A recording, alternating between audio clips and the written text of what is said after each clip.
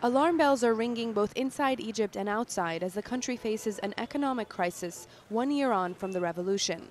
The billions of aid promised are nowhere to be found. Foreign investors have jumped ship and tourists have taken flight, not to mention the ticking time bomb of dwindling foreign exchange reserves.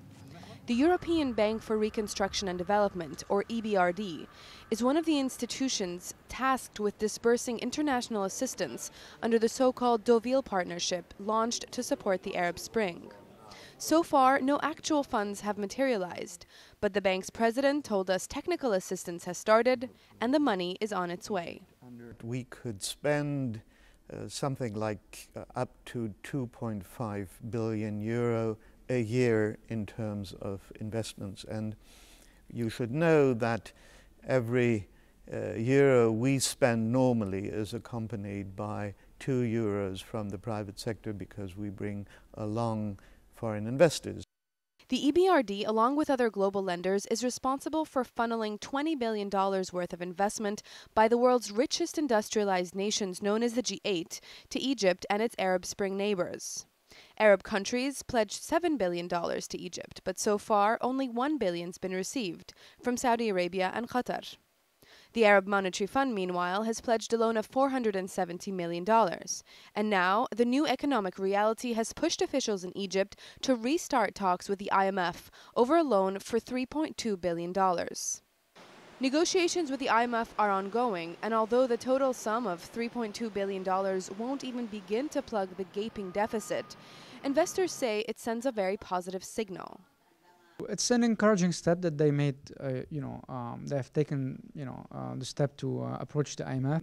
Government is trying to do is to try to reassure investors that with the IMF stamp, they're going to go and pursue more prudent fiscal measures. International investors cite a number of reasons why they're not ready to come back to Egypt yet. In addition to the political uncertainty, they're worried about the lack of a credible counterparty to deal with on the ground, as well as legal disputes involving foreigners and the reluctance on the part of authorities to address sensitive economic subjects like the value of the Egyptian pound. Perhaps the biggest challenge for officials in Egypt is to lure investors back and reform the economy, but in a way that ensures social justice and creates a more inclusive private sector.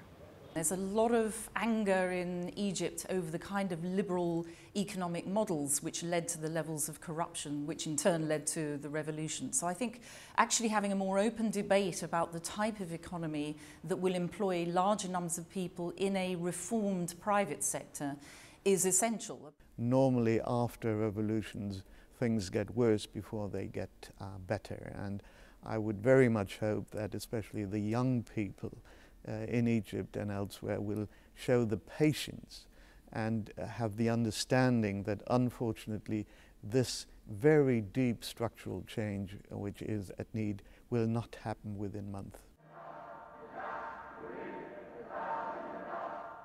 International interest and concern for Egypt remains strong 1 year after the revolution, and this event here in London is just one of many around the British capital marking the 1 year anniversary of the beginning of the Egyptian uprising. As for investors and businessmen, they're choosing to stay on the sidelines for the moment, but you could say they're cautiously optimistic as the interim leaders re-engage with the international investment community. Karina Kamel, AlArabiya, London.